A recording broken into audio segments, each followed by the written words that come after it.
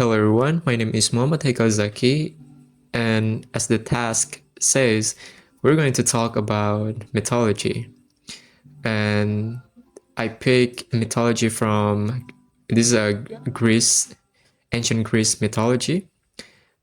But this one, I believe that you probably never heard of this one I'm going to tell before. This is not the mythology of um, Zeus. It is not, but it's a mythology of Sisyphus. So, without further ado, let's get started. So, among the myths of ancient Greece, there is one that stands as a metaphor for the human condition, which is an eternal struggle that mirrors our daily lives. And yeah, this is the story of Sisyphus. I'm I want to explain about what is the example of the this eternal struggle, but let's go back to the background of who is this. So Sisyphus was a king in Greek mythology. He is known for his cunning and deceit personality. Some say he was like the cleverest of all mortals. He was even outsmarting the gods, but his intelligence would lead to his downfall. So when the death came for him, Sisyphus managed to trap Thanatos, which was the god of death.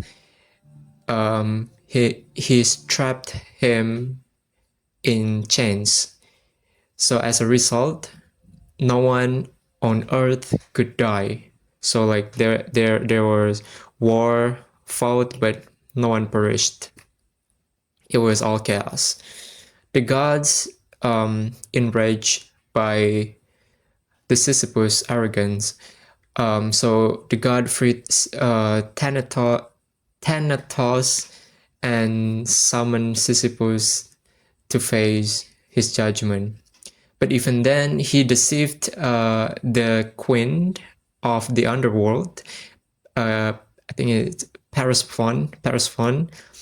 Yeah, he fooled her to go back to the earth.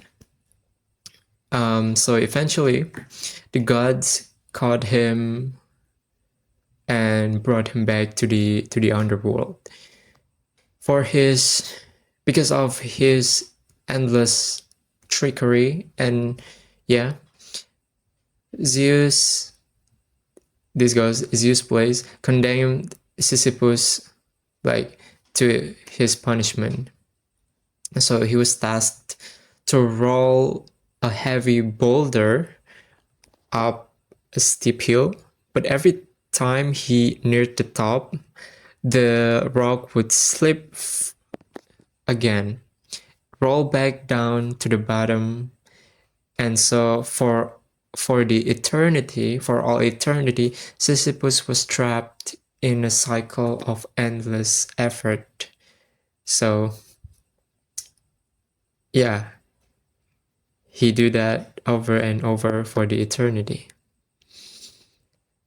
It's interesting that the philosopher Albert Camus, my favorite philosopher, Sisyphus' eternal struggle symbolized the human condition in his book, Albert Camus, The Myth of Sisyphus, the endless search for meaning in a world that offers nothing.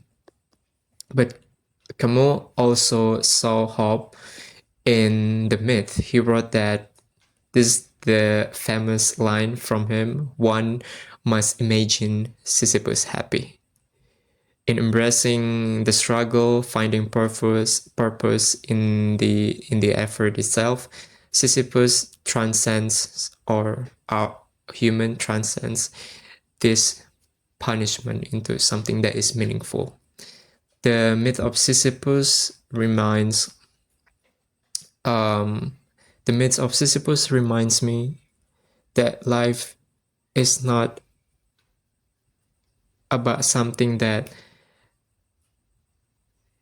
is absurd if we can put meaning into what we are doing, you know. So for example, soon enough I will graduate, and after all of this fun in my youth, then what's next? You know, like, oh, I know, I will be like, maybe I'll get a job, you know, maybe in the company, and then I'm going to like sitting in the office, you know, doing the same thing over and over, just like what Sisyphus did, you know. And it may sound very depressing, but if you can just like try to find joy in it, you know, like maybe you can, you know, you gotta be creative for this.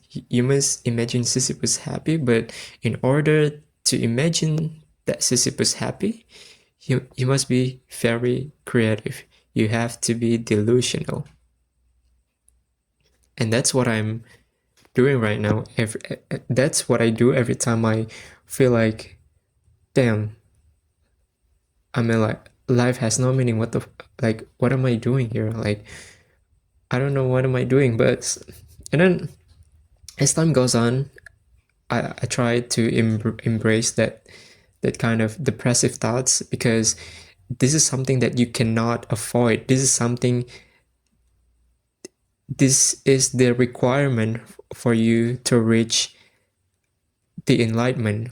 So the enlightenment is, like I said before, like when the Sisyphus transcends what he was doing, which was really repetitive, but he can transcend that into something that is meaningful for him, regardless of what he is doing seems meaningless or seems absurd or seem like nothing, you know, like.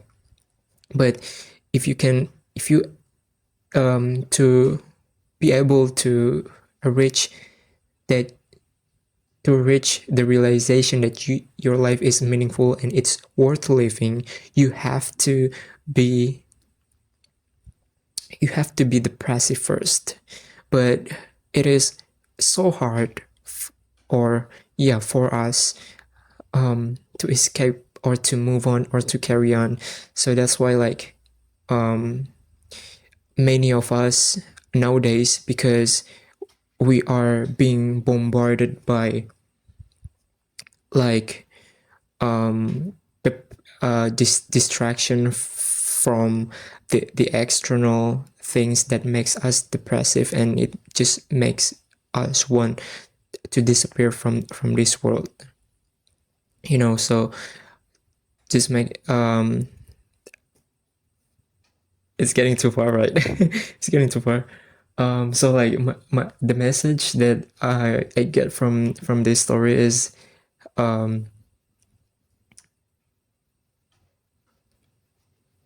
make yourself alone and try to figure out like what you are willing to do with your life, what you are like to do. Even though it seems repetitive, you can still find joy with your friends, with your family, with your colleague, with your environments, or maybe you just like being alone. Then just be it. In the end, at the end of the day, is in the end of the day, there is no like something that you can achieve, because like the Sisyphus did, every time he rolled the rocks up to the hill, and then he rolled back down, and then repeat it over and over again, just like we did every time we chase something.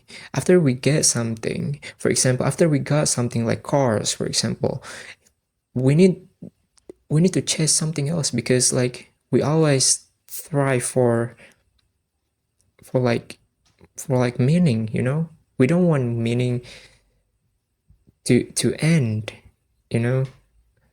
We don't want our meaning to be ended, because we are still alive, we are still have conscious, because we as a human probably don't like to do nothing, you know. So my advice is, especially just advice to myself, like just find something that is fun to you, that is meaningful to you. If you can make spread your meaningfulness to other, then it could be very good for you, because you build community, it build last long relationship, meaning it build last long meaning. So you don't have to chase something that is going to end soon enough, like material thing. So for example, you chase cars, you need bigger house. You chase bigger house, you got it, and then you chase what? Other women, and then it could lead to like